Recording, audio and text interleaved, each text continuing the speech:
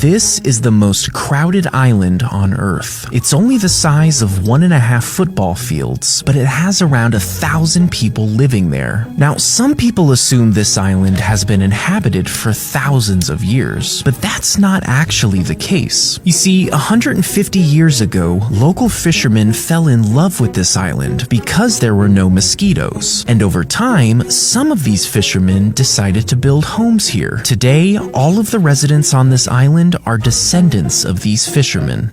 In the 1990s, this old mysterious Coke machine appeared in Seattle. It was old, outdated, and placed on the side of the road, and no one knew where it came from. Now, strangely enough, this old machine was completely operational. But all of the drink options were labeled as a mystery flavor. These flavors ended up being rare, discontinued drinks like New Coke and Pepsi AM. As it grew in popularity, the machine never seemed to run out of drinks. It remained operational for 30 years until it disappeared in 2018. Now, some locals claim that it was clearly owned and operated by a locksmith whose store was right behind the machine. But he and his employees flat out deny this. And other than this photo, there really isn't any other information about its origins.